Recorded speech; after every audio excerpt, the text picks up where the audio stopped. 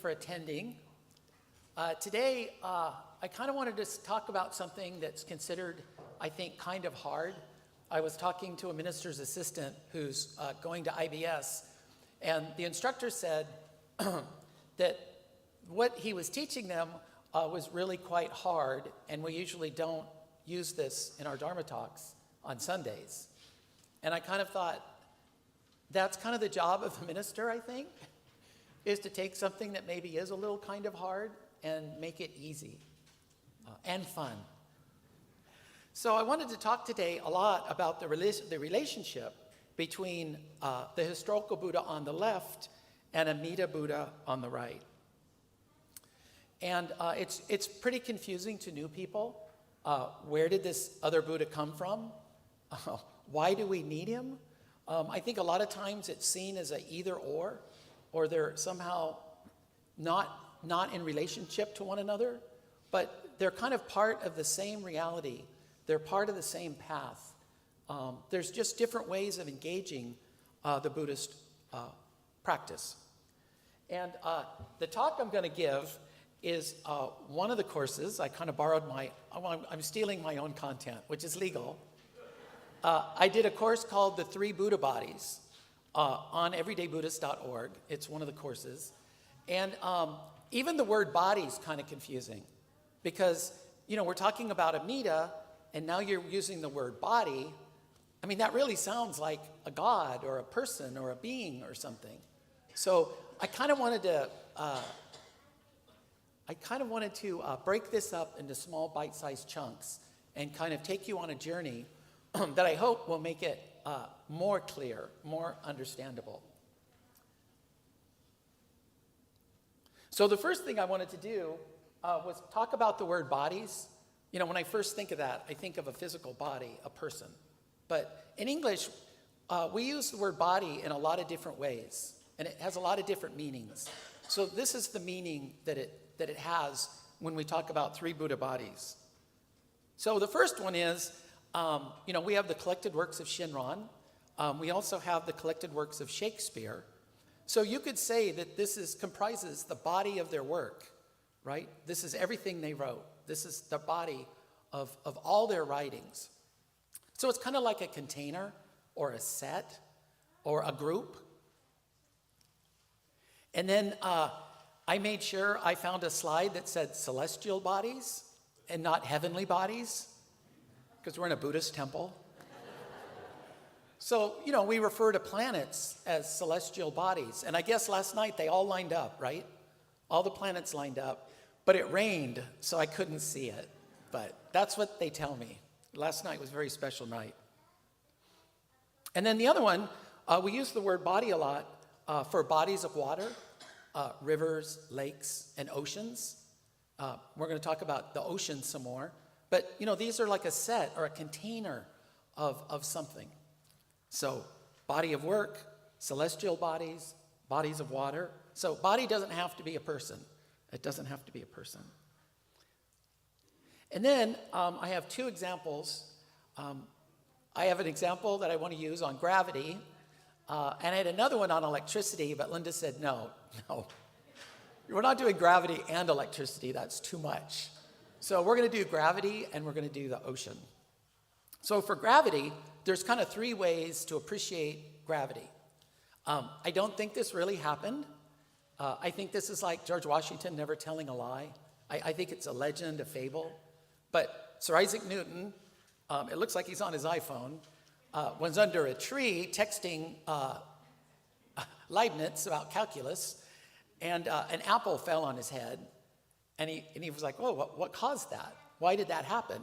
And supposedly he goes off and he tries to explain and define the laws of gravity. And so this is a real human being that really existed, and he experienced gravity in the first person. And then we need a way of talking about gravity because it's not a physical thing. So we use equations and words and drawings. And I showed this slide to Vista last Sunday, and their faces all turned white, and they looked very confused.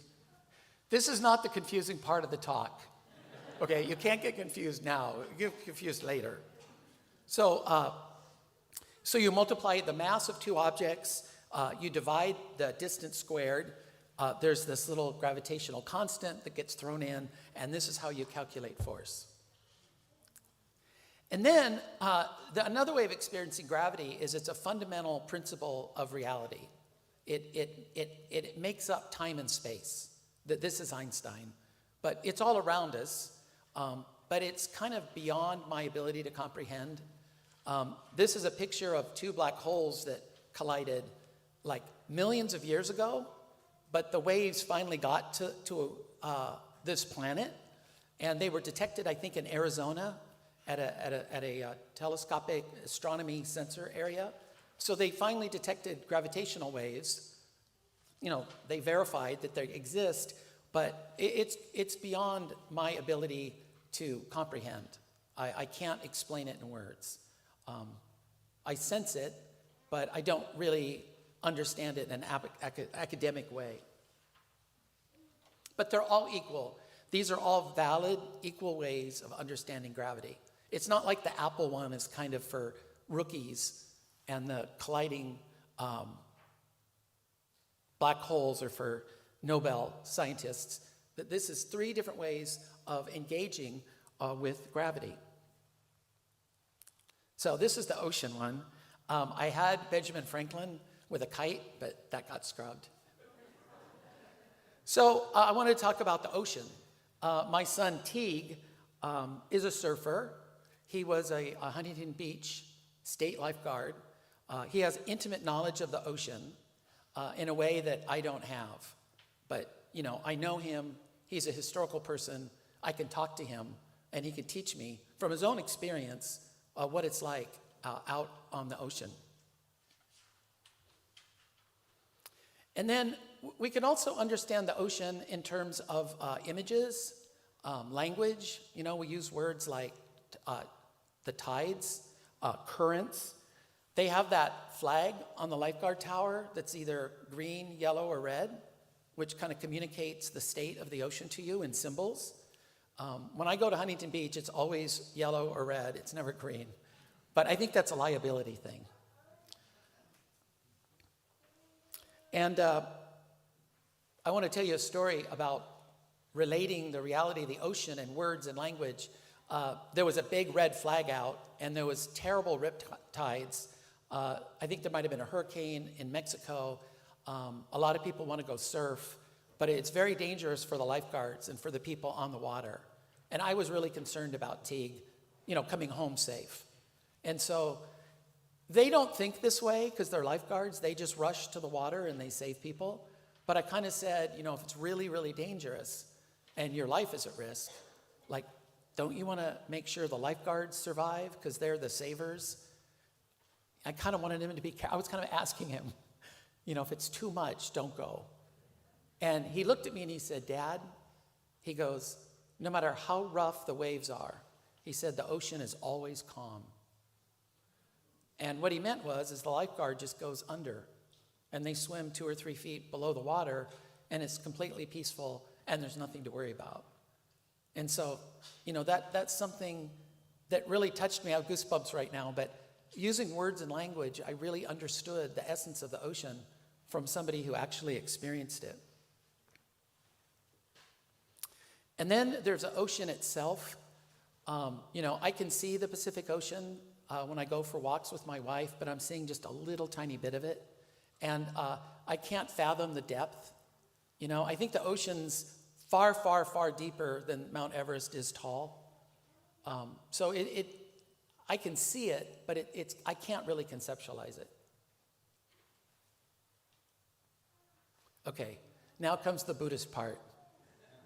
Linda said the Buddhist part has to come relatively soon. So in the Buddhist context, we have the historical Buddha, and he was a living being. He realized awakening. You could talk to him. You could be with him. You could meet him. You could go to talks and seminars where he was. You could follow him. And so there was a real personal connection with the Buddha. But ultimately, the Buddha dies at 80 years old. And Buddhists needed to find another way to connect to the Dharma because the historical person the teacher was no longer available to them face to face. So we do that in Buddhism with words and language and symbols. And this is a big part of Pure Land Buddhism. We have the name Namo Amida Butsu that's on the altar at some temples that we just chanted. This is actually our image of an Amida Buddha statue. And at Vista, they have a scroll, a two-dimensional scroll. So this is where Buddhism is transmitted to us through words, examples, metaphors, and language, and sound. And then this is an image I got from one of our members. This is a Tibetan image of the Buddha. And I looked at it and I said, well, where is he? Where did he go? He's in the middle there. But this is kind of a mystical, infinite, beyond words. It can't be captured in symbols and words. This is Buddha as enlightenment itself. And so this is another way you can come in contact with the teachings. And I think in the United States, we kind of really emphasize the historical Buddha or this mystical union, and we don't appreciate words and language and sound as much, I think. At least I didn't.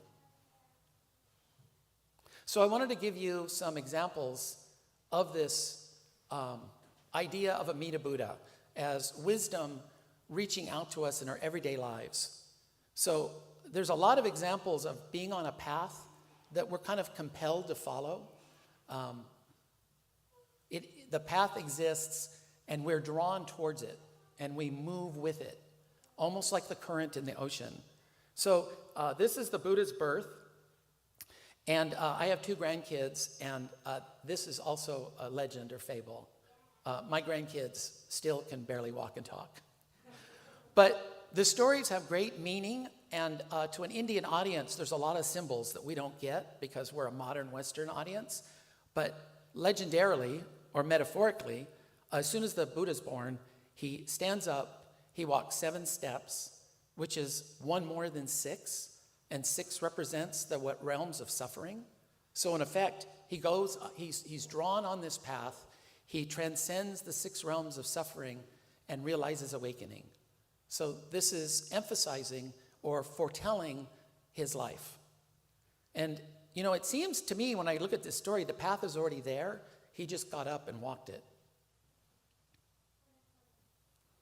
And then there's a lot of symbology in the 4 gates. When he was a prince, Siddhartha, he went out the east gate and saw an old person. He goes out the south gate and sees a sick person. He goes out the west gate and sees a dying person. And then he goes out the north gate and he sees a monk who seems to have transcended old age, sickness, and death. He wasn't concerned. And I think Prince Siddhartha was like, I really want to be like that guy. And so 2 things are going on here. One is, I remembered this story in a little bit more positive way. I thought it was you get sick once in a while when you're young, and when you get really, really old, you die. That sounds reasonable. I could go for that. But I was reading it wrong. As you get older and older, you get sicker and sicker, and then you die. So it sounds worse that way to me. And I'm getting older and older, and things are starting to go offline, as they would say. But there's another big aspect to this story. He's traveling in a clockwise direction. These directions on the compass have a lot to do with the story. In India, truth always moves in a clockwise fashion. So it's almost like the Buddha's been taken up by truth itself and kind of compelled forward along this path of awakening. And then at the age, at 29, he goes and begins to practice. At 35, he realizes nirvana in the morning facing east under a Bodhi tree. So this is a big deal. It's a Bodhi tree, it's in the morning, and he's facing east. So all these things are picked for a very specific purpose. And then at 80 years old, he dives in the evening, but facing west rather than east. And he's under twin solid trees. And what's going on here is kind of a solar myth of the sun traveling through the sky. You know, the sun goes on a journey. It starts in the east, and it moves, and it's compelled to set in the west. So this is kind of a birth and death. It's the birth and death of a path in which the Buddha is moving from, you know, the beginning to the Western Pure Land. And so this is kind of they're overlaying this solar myth of this body that moves through the sky. So I wanted to give you an example of this. It's my favorite. It's called a starling murmuration, and it's when I exaggerate a lot, and that was probably an exaggeration. I don't exaggerate a lot. I exaggerate medium, reasonable amount. But I thought it was 5,000 birds. This is 100,000 birds in a flock. And for some reason, they decide as a group that it's time to swarm. And you know I'm a math computer scientist. The scientists can't figure out how this giant swarm can simultaneously turn right and left. There's not enough time for the information to be passed across the swarm. I mean, it's like instantaneously they all move. It's not like one bird turns left and all the other birds go, hey, we're going left, we're going left. It happens instantaneously. So it's almost like this path has a life of its own. They're being propelled and compelled to be part of this motion in life.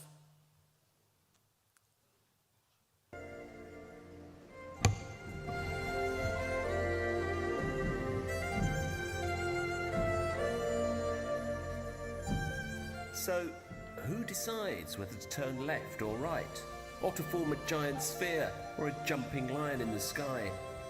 Who sends a message that it's time to dive back into the reeds for the night? And how is it transmitted to 100,000 birds in an instant?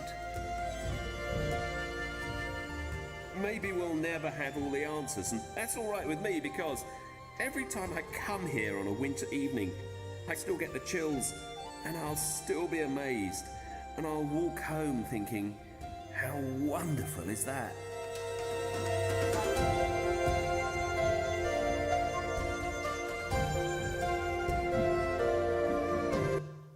So some of these happen, I think, in England. There's videos from England. I think this one might have been from Stockton or Sacramento. So this is a common occurrence. And nobody's exactly sure why they do this. They think they might be hunting or they might be warding off prey, but they're not really quite sure even why they do it.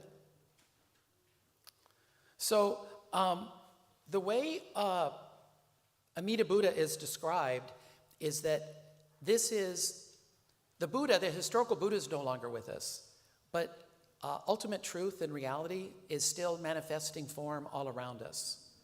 This is something that existed and was the impetus for the historical Buddha for beginning to take the way and to follow the path. So Amida Buddha is like the apple dropping on your head. It's the force of awakening and reality compelling us for a deeper meaning in life. And we're going to talk about this a little bit in adult discussion, but a lot of times people explain this, that first we had the historical Buddha, and then Amida Buddha was kind of emphasized as an alternate source to the historical Buddha because he was no longer here. So this idea that the teachings were left and the teachers are still here, that we can still touch what the Buddha touched on the path, was developed to fill a need. There was a vacuum when the Buddha passed. But Shinran did something very interesting and powerful, and this is a common trick in religious studies. If you want to be a really famous religious person, you just have to reverse the arrow. All the great religious thinkers, that's all you have to do is reverse the arrow. So I think what Shinran was saying is that this reality that we live in, this truth of awakening making itself known in our everyday life, compelling us to think more deeply and clearly, setting up like a lighthouse that catches our attention and has us focus on different things. That's always been here. That's almost like these gravitational waves. It's always existed. It's what sent the historical Buddha walking as a baby, going out the 4 gates, becoming an ascetic and practicing for 6 years. You know, that this call of the name, of voicing the name Namo Amida Butsu as a call of enlightenment itself, the sound of wisdom. This is what we call compassion in Buddhism. It's not being nice. It's wisdom in action. It's wisdom becoming a dynamic thing that we encounter every day. And we call this Amida Buddha. That's what we call it. And for me, it's available to me in my everyday life as a householder, right? Like, I tried to meditate at home. I told you I live next to a fire station. Everybody has a dog. And I had 2 young children. And this touching a mystical union was not practical for me. It wasn't, that gate, that path wasn't available to me. But beginning to sense something bigger than myself and a truth that goes beyond my rational thought through words and language and symbols is really quite powerful.